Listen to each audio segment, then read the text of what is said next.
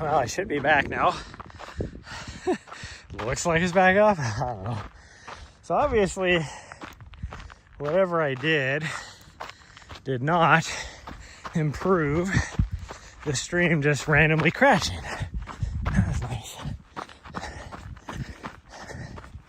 I guess I just have to keep an eye on it and hope it doesn't crash and hit the restart button again after every time it crashes.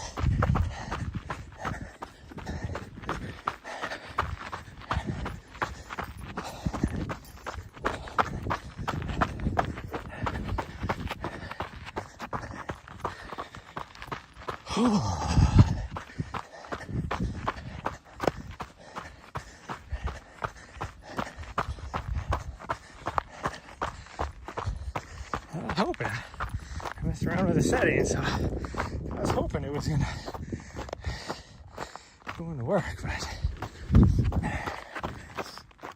And we're back, yeah. I don't know. Obviously, me messing around didn't improve the stream state enough, so it just keeps randomly crashing, and it's definitely a Prism thing, and it just gives me a Steam, or it says stream crash due to an unknown error. And tell me why. Just unknown error. This is the thing that's been happening for like almost a month now.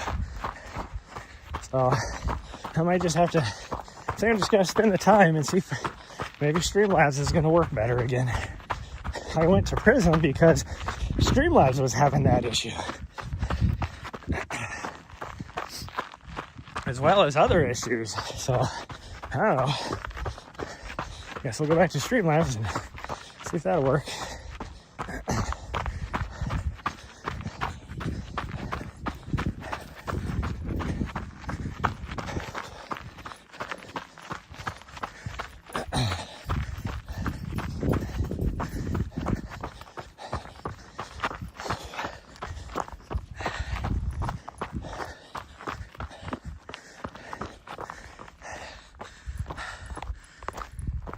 Such a helpful error, yeah. Well, and then it's like, take a screenshot and send it to the techie people. And I was doing that a couple weeks ago, but didn't seem to be helping any.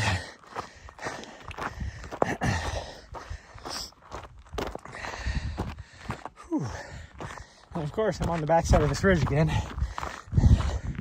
We're almost through it though, and the signal should be pretty strong for the rest of the time. Whew. I'm trying to push myself up this freaking trail on the backside of this ridge to get back into line of sight of the cell tower again. But it just kicked my ass. It's uphill, which is not fun. It's just enough uphill that you can really feel it. Whew.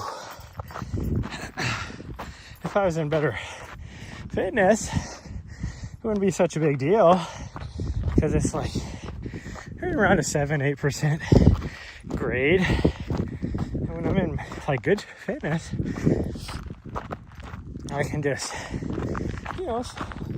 slowly climb and, maintain like a 12-13 minute pace, no problem. Which even right now I probably could do, but because I don't want the stream to crash, I'm pushing myself. And I'm doing a 850 pace right now, going uphill. Which if I was in better shape, I could do it. No problem.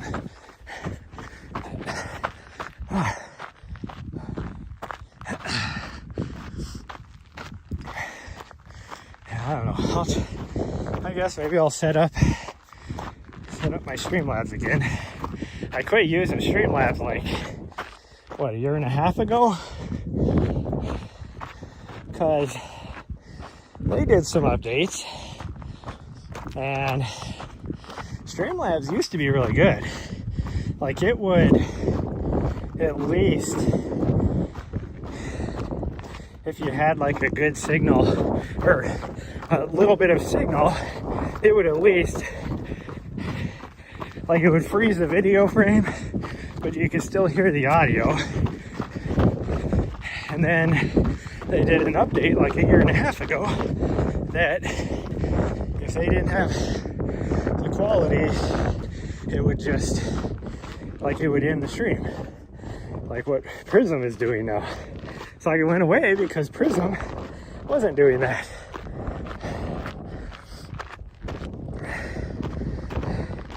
Best way to get in the shape for the viewers, yeah. Well, it's like, I used to be pretty good at running uphill. People used to always ask me, how do I get better at running uphill? And my answer was always the same: you run uphill. The only way to get better at running up a hill is to run up a hill.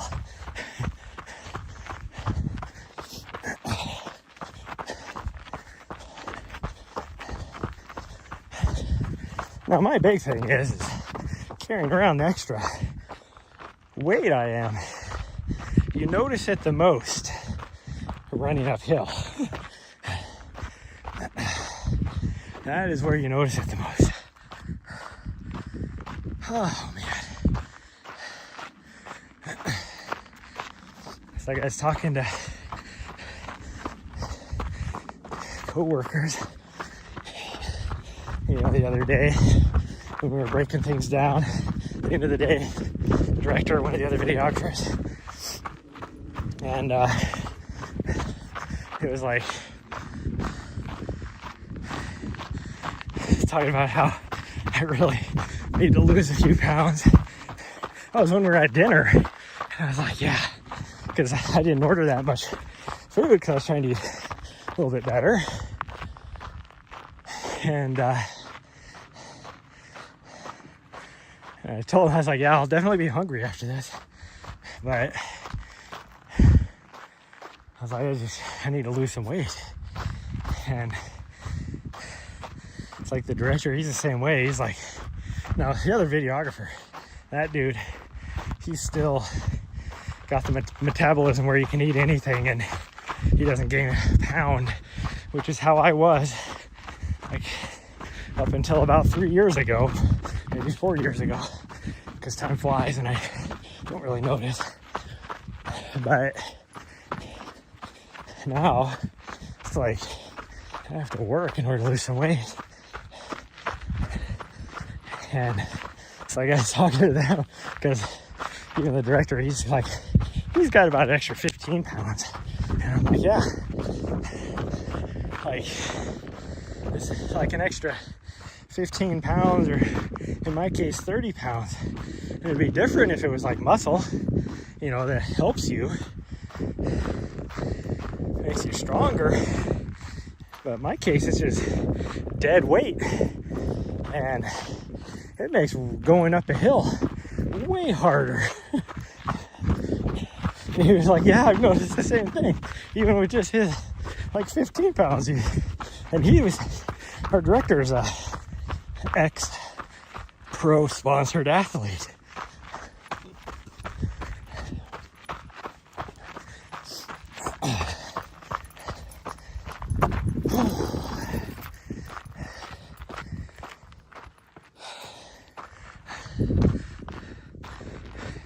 Who is still incredibly fast. Faster than I ever could dream of being. When we were at Broken Arrow, he was at the top of the mountain with me. We were just limping along with the stream, just trying to keep it going. And so he sent somebody, because I had all my equipment up there. And at the end of the race, it's like, because we had to stay alive till the last person for the ascent, the vertical, the VK, and everything was dying. we were having issues with the big cameras, which we found out was because somebody on the production team went and changed all the links. And then, so we were pretty much just running off of cell phones to keep the feed up. And eventually everybody's phone batteries were dying, and so I had the last phone to use. And so he sent one of the other people down with all my gear, so I didn't have to carry my gear anymore. Not that it's super accurate, but gained a bit of muscle, have the same fat percentage, around 10%. Yeah, I wish I could get back down to, I'd be happy with like 15% at this point. But I used to be down around 10.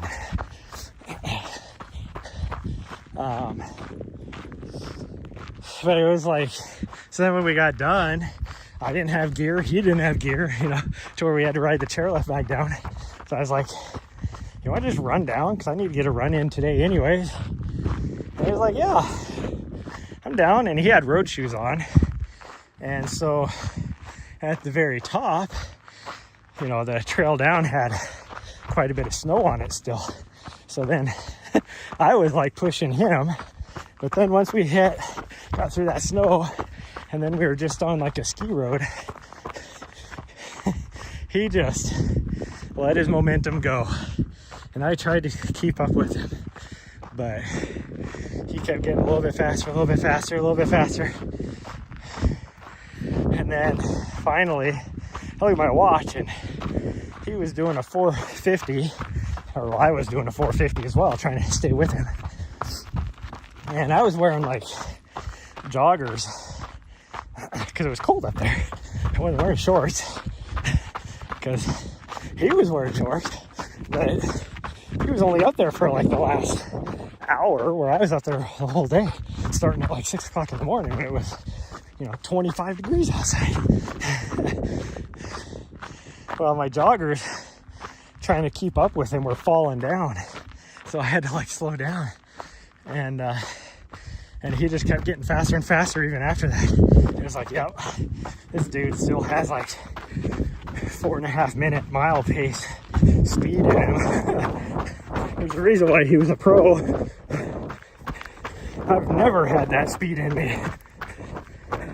Like my fastest all out mile, my fastest mile was about a 440 something, like 447, 448, somewhere around there. So down near like a 450.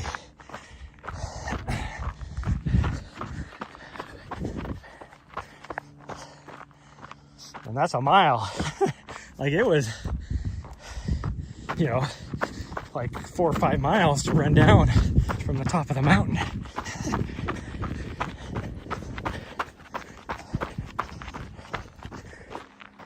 Whew.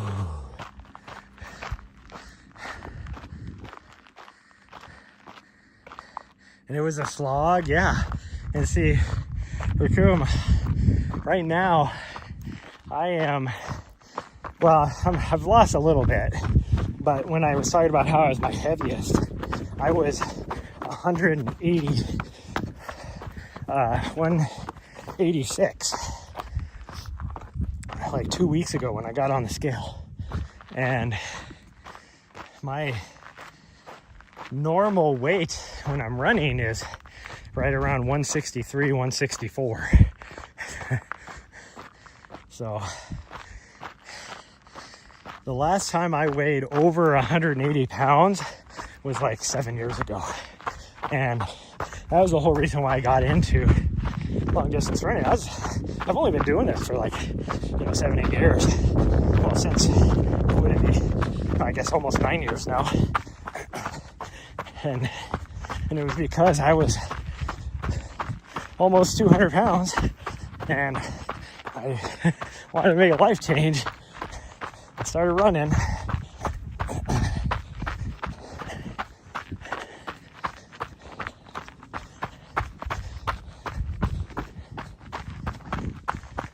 I mean, I wasn't eating a whole lot, or any of that either. I mean, I was going through a divorce. Ooh.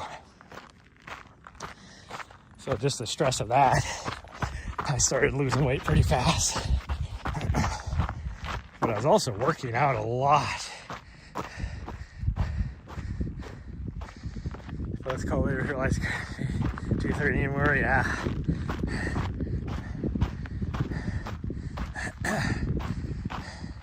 A little over a year. Yeah. I was working out a lot back then too, just because, you know, being separated and stuff, and I didn't have a lot of friends. I was in a new job, like a new assignment with the military, all that kind of stuff, and so the only thing I could do to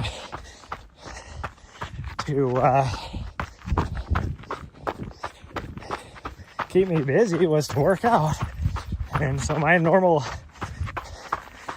daily, I'd wake up at like 4:35 in the morning or so, and go get a 7-8 mile run in, and then shower, all that kind of stuff, which was nice. I mean, I had, where I was stationed at, just right outside my building, I had a big running track, which was 3.5 miles, the big loop. And there were smaller loops in there too, but the big loop was 3.5 miles. So I just do 2 loops every morning, and then I had to be to work by 8, so it was like perfect timing. And I go to work, and then lunch, because one thing that sucked about my last assignment is the position I was in had 2 federal technicians that worked for the person, my predecessor, and going back 20 years of predecessors.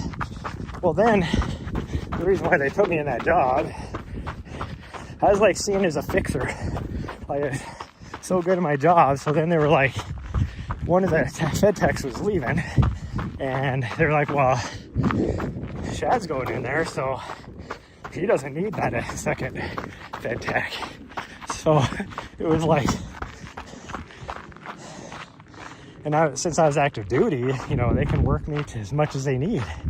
And I mean, that's kind of the reason why, that led mostly to my divorce, is, you know, I was just working so much to be successful. So then I got to a new job. I was working a lot. I mean, I didn't work long hours, but I was busy. So then lunchtime was difficult. I'd at most maybe have a protein shake for lunch, if anything. And then as soon as I was done at 5 o'clock at night, because I worked till 5,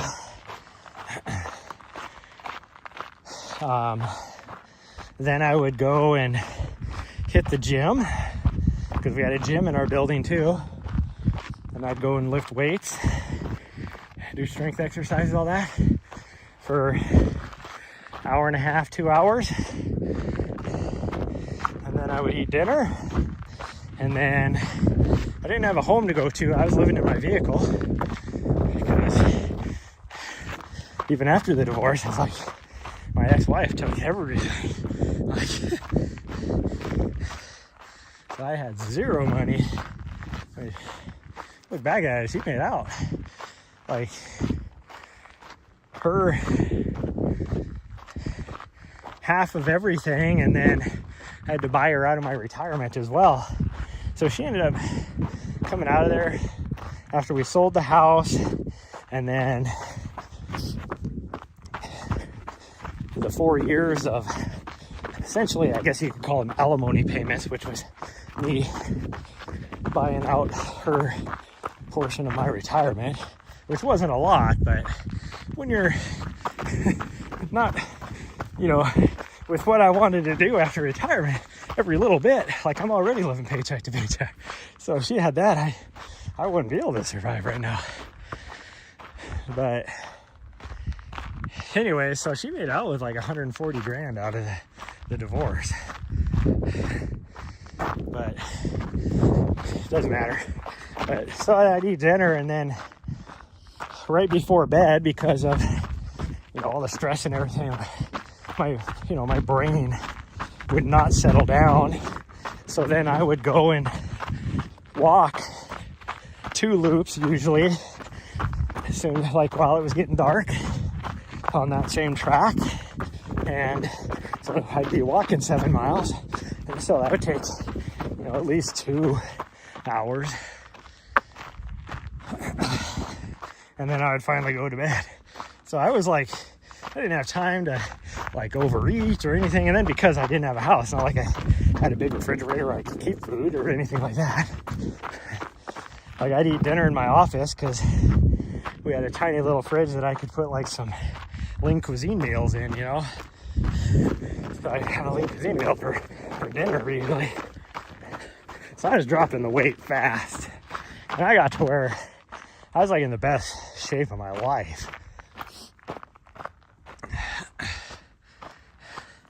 Gym is so packed in the afternoon, you didn't get any free weights or racks.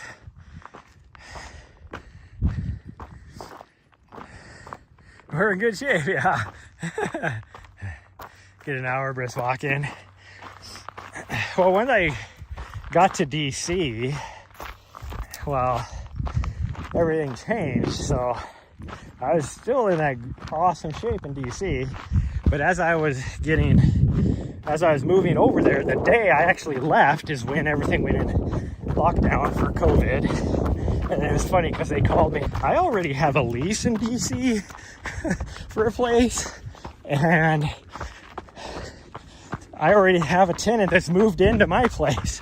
I have no home if I don't go out there, and I'm already locked into a lease. So you're gonna pay for my lease and pay for me to live somewhere else too. So anyways, because I was already in transit, they allowed me to continue moving over there, but then I was working from home because everything was in lockdown, and our gym in the building was closed, of course, because of lockdown, and then because it was a new job, I wasn't, I was spending a lot of time trying to learn what I was doing, because I just jump head first into something and try and be an expert in it as fast as I can.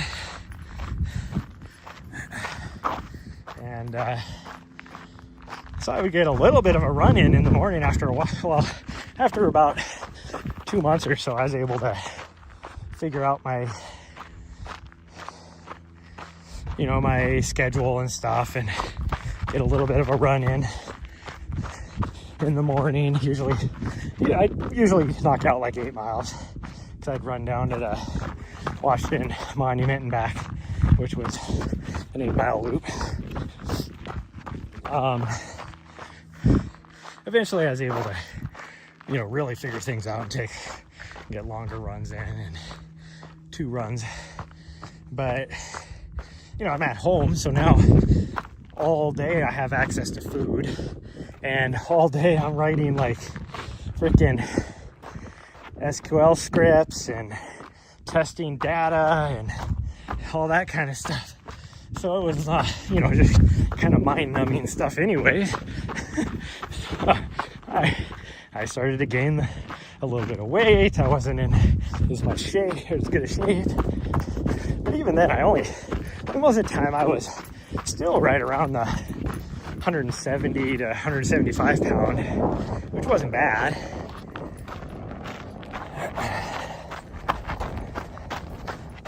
Easy girl.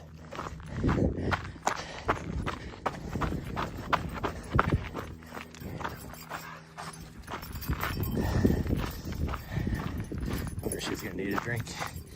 We'll stop up here when we hit the road, okay? I'll get you a drink.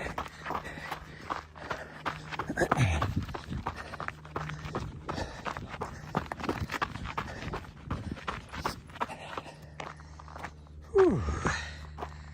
But I never really did get back into doing the gym. That was a big thing. So the last time I was back down at my like super good shape was 2 years ago after I got back from Europe, because I wasn't eating a lot there. I was eating 1 meal a day, but I was still running, 12, 15 miles a day. So I came back from there and I had lost all that extra weight I had. That was the last time I was down at my good weight. Engineering degree, I always wanted to do lower logic, assembly type language programming. Yeah, see,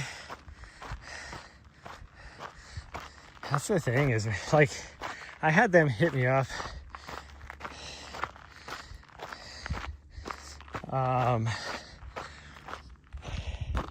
a year ago, and they were like, hey, it was one of my friends that I retired with. She got on as a civilian with the company that was the developer, and she hit me up and she's like, hey, they want to bring some people on. You want to come back and work as a civilian? And I was like, only if I can do it for like part-time, 4 hours a day or whatever, and be full remote. And she was like, yeah, that sounds good. And they never did. So I sent them like my resume and all that, and they never did contact me back. But like you were saying, at that time it had been 2 years since I've done any of that stuff. And so I was like, that would have been such a learning curve to go back, because now as a developer, I'm in the back end of the system doing other stuff. I'm not,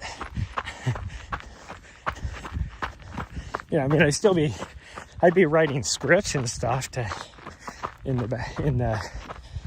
make the front end do the back end, or the back end do what you want on the front end, because we were using PeopleSoft as the platform. And it was like, it's like that would have taken me so long to get back into doing. Like even right now, I could do maybe a basic SQL script to pull data, out of the database. There's no way I'd be able to write something to be front facing.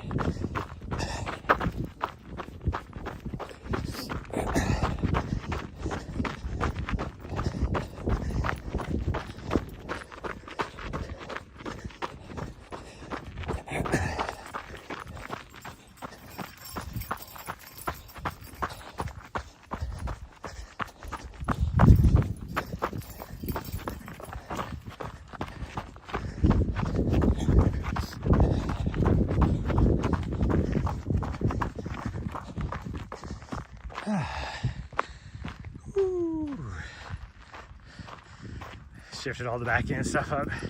They mean management. Oh, do you need a drink? We're gonna go up. We're not gonna go down that way. She's like, what the fuck you mean we're not going down that way? Here, I'll get you a drink.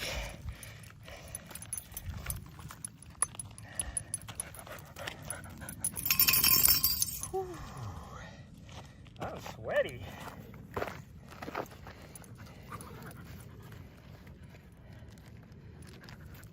Hold on, I gotta put water in it. You weirdo. Yeah, I gotta put some water in it.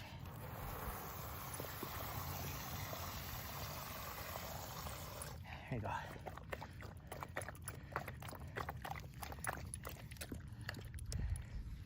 Don't waste that water. I mean, he got plenty. We're not going that far. You got plenty, so you can waste it, I guess, if you want. But I would prefer you not to. Yeah, I'd prefer you not to. We got about 3.5 miles left. You got that in ya? You got 3.5 miles in ya? Okay, you want a little more? All right, you want a little more? Okay. Well, it's getting poured out then. It's already starting to get dark. I mean, sunset is for another, what, another, oh geez, we still got a half hour for sunset. Should be good. Hey, hold on.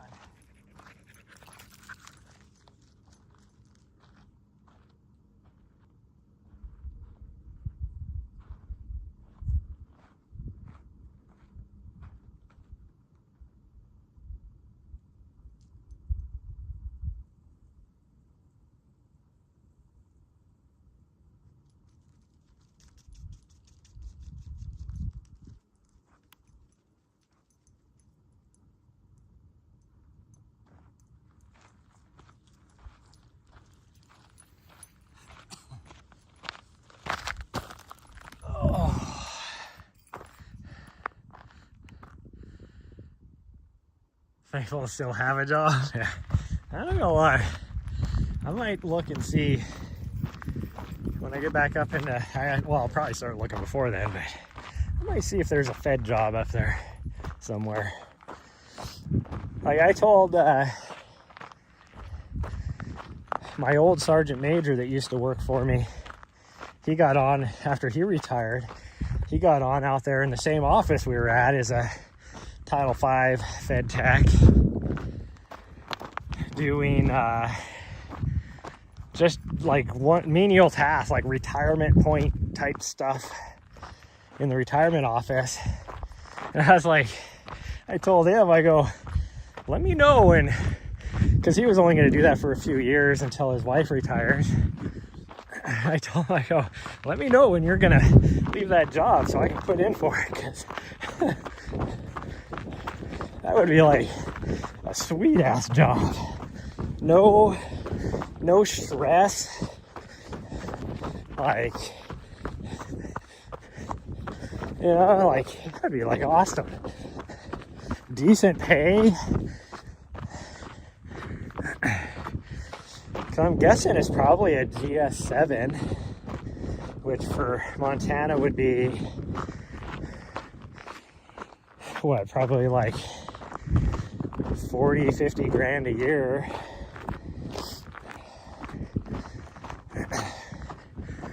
Which isn't a lot, but put that on top of my military retirement, it'd be okay.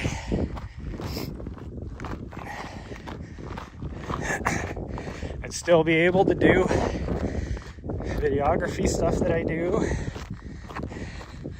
all that, so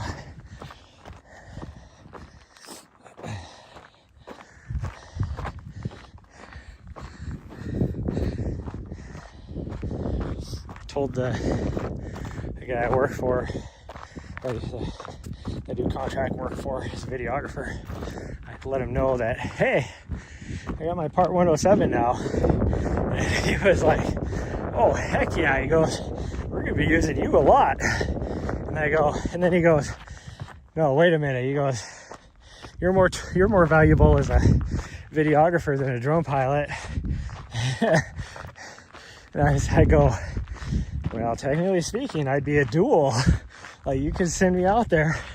I can do drone stuff too. And he was like, oh, that's a good idea.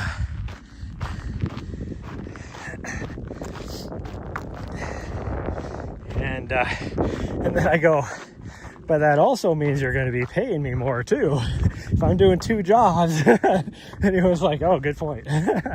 Because they run on a thin profit margin right now, and a lot of times don't even have a profit margin on that side of their company. Not much van life though if it did the job. That's true. That is true, but there's a part of me that would like to do it for even a year. And like if I did it for a year, I'd be completely debt free, including my condo being paid off. So that'd be kind of nice.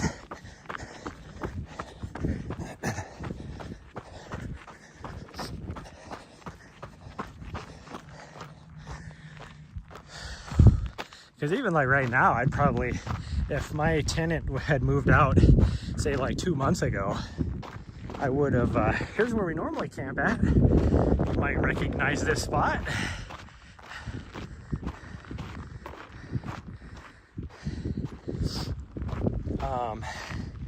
I probably would have moved back there and got like a little seasonal holiday job just to make a little bit extra, because this is the slow part of the year for me, videography wise.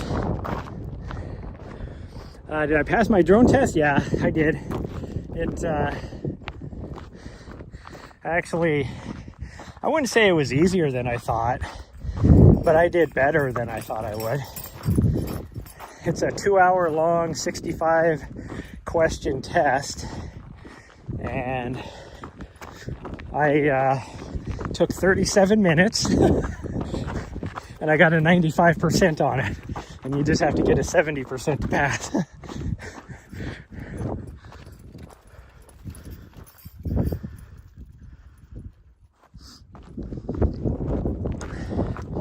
Just make sure there's good running trails around there. Yeah, well, where my condo is up in Helena, there's so many options for trail running out there, and even some of them I mean, it depends on how the weather is in the winter and everything, but there's quite a few of them that, because it's lower elevation, where you can still run all year round on the trails. Now the roads, the streets, all of the sidewalks, all that, that's a different story. Because they end up just getting icy, and it'll stay cold so it never thaws.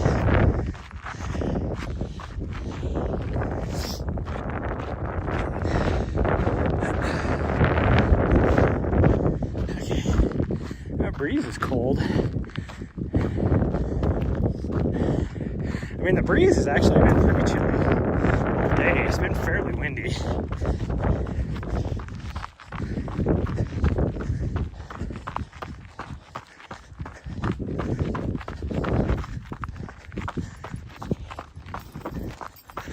Try and push ourselves up this very steep hill as much as we can. Let the heart rate come down and run for a little bit. Let the heart rate come down, run for a little bit more. It's like doing hill repeats, only we're just going up. We're not repeating.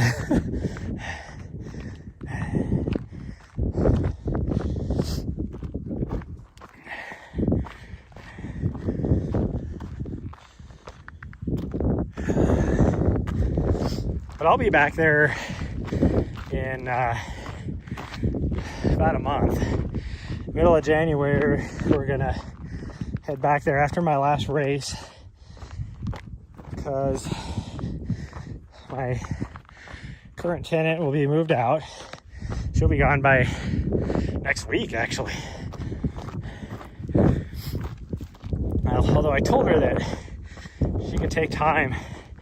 She just bought a house, and so she closes sometime like Monday or Tuesday, I think. And I told her, I go, take your time moving everything out. Not a big deal. She doesn't have a lot of stuff there because she just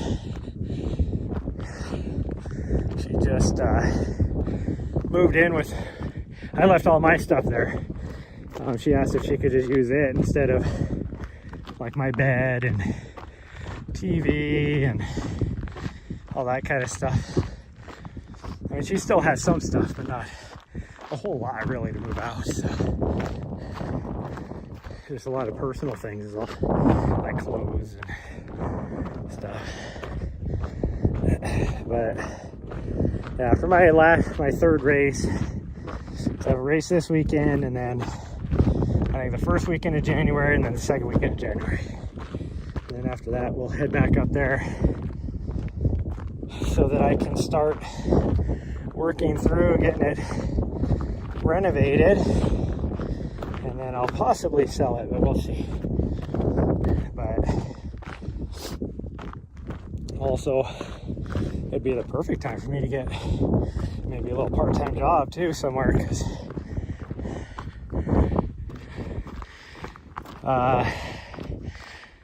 the next race that I would be doing videography for would be the middle of February, and I don't think I'm going to be doing it this year because it's just not a good, this race in particular is not a good work environment. It frustrated me so much, and it's just gotten worse and worse because I've done it 3 years in a row now, and it's continually getting a little worse and worse. So like, most of the race is fun, I love it, but the finish line is not fun. The race director is not fun. After the new year, you're gonna fit some sort of hill stair thing in. Parking garage are always busy. Yeah. Well, I mean, if you could find I mean, there's a couple of your pros like David Roach and Sage Canaday and others like Adam Peterman, because he lives in Montana, and like Sage and David live in Colorado, so they can't really run outside on the mountains in the wintertime either. So they use a treadmill. Of course, their treadmills go up to a 40% grade, but they all use a treadmill. And I've used a Stairmaster, and that worked pretty good. Although this is for training, you know, for mountain races too, but not necessarily just you know, for hill workouts, for speed stuff.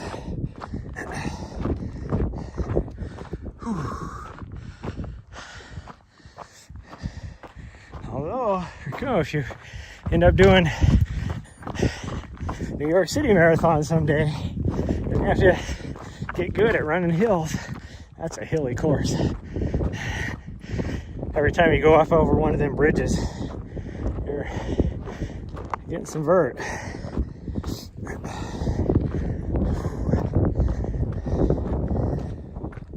Whew.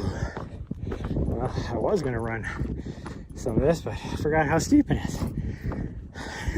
I'm just power hiking it and I'm out of breath.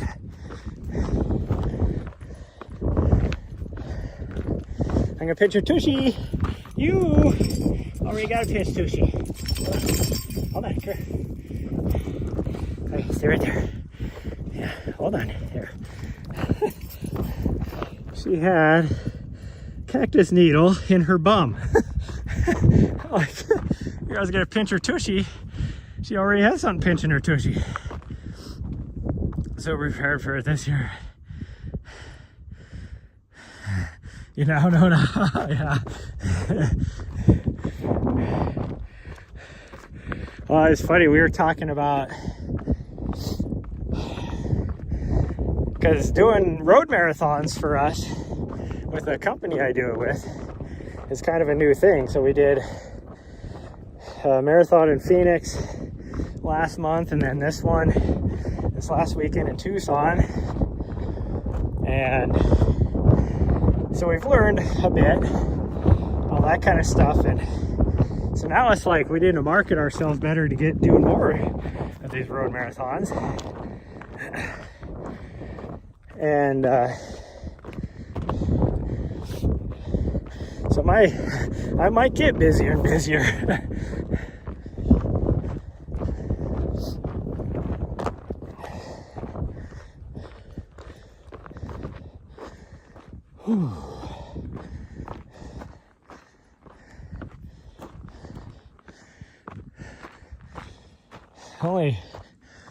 The only bad part about not necessarily the bad part, the difficult part right now, it's easy for us to do road marathons, because you're relying mostly on volunteer like bike cams. We usually have 3 drone pilots, 2 videographers, and probably like 1 producer, and then the director is really all, because the 1 producer can handle it since it's only, you know, 6 hours or whatever, versus like our ultras where you have to have multiple shifts, and so we're usually running 3 or 4 producers. But like these 2 marathons was easy for us to get volunteer bike cams, because the company that we do the broadcasting with, they are part of Aravaipa Running, and part of Aravaipa Running is also a like a mountain bike racing division. And so all the volunteers, they get credits for like free entries to all these mountain bike races. Well, if we were to go to, say, Indianapolis to broadcast theirs, it'd be harder to get bike cam volunteers, because what are we going to offer them race credits to? The marathon? Like if we got made an agreement with their marathon? Like it might work, but it'd be a little more difficult, that's for sure.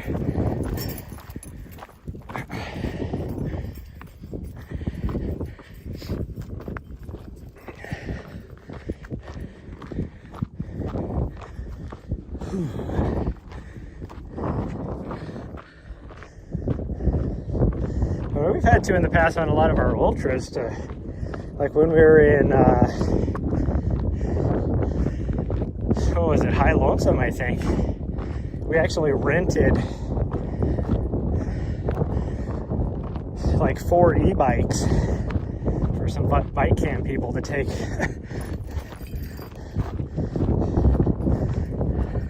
Or what race it was.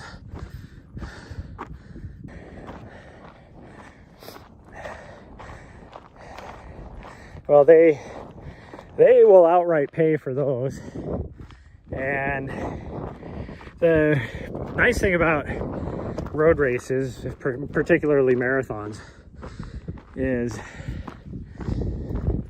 they have no shortage of money. And so they could definitely budget for, say, like our team to come in there to do a live broadcast.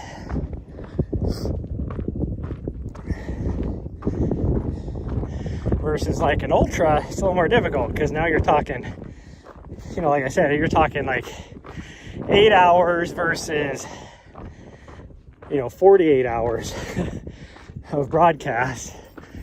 And so you have a minimum of 3 videographers,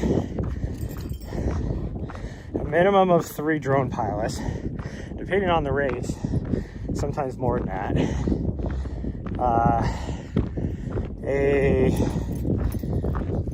media content person, usually a social media content person,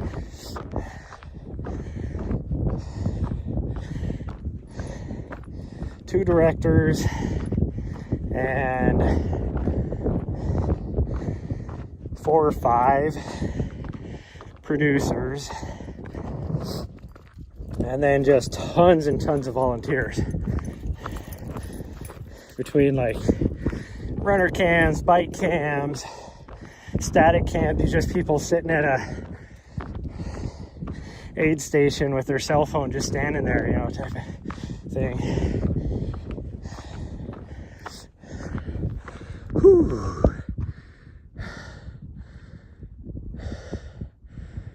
Works with a shoe sponsor, nice. Surprised when I was on the Brooks team, I was required to do at least one of the Brooks sponsored marathons.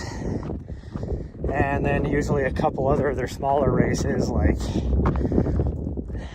Bloomsday, which is that huge freaking 12K race in, we're going this way, in Spokane. I had to do the Vancouver Marathon because it was Brooks sponsored. Can't wait to get to the top up here. Get a little reprieve from this uphill. Whew. Well, the official sunset is in about 7 minutes. And the sun is behind the ridge already over there. But you can still see, like off in the distance, tops of those mountains still have a little bit of sunshine on them.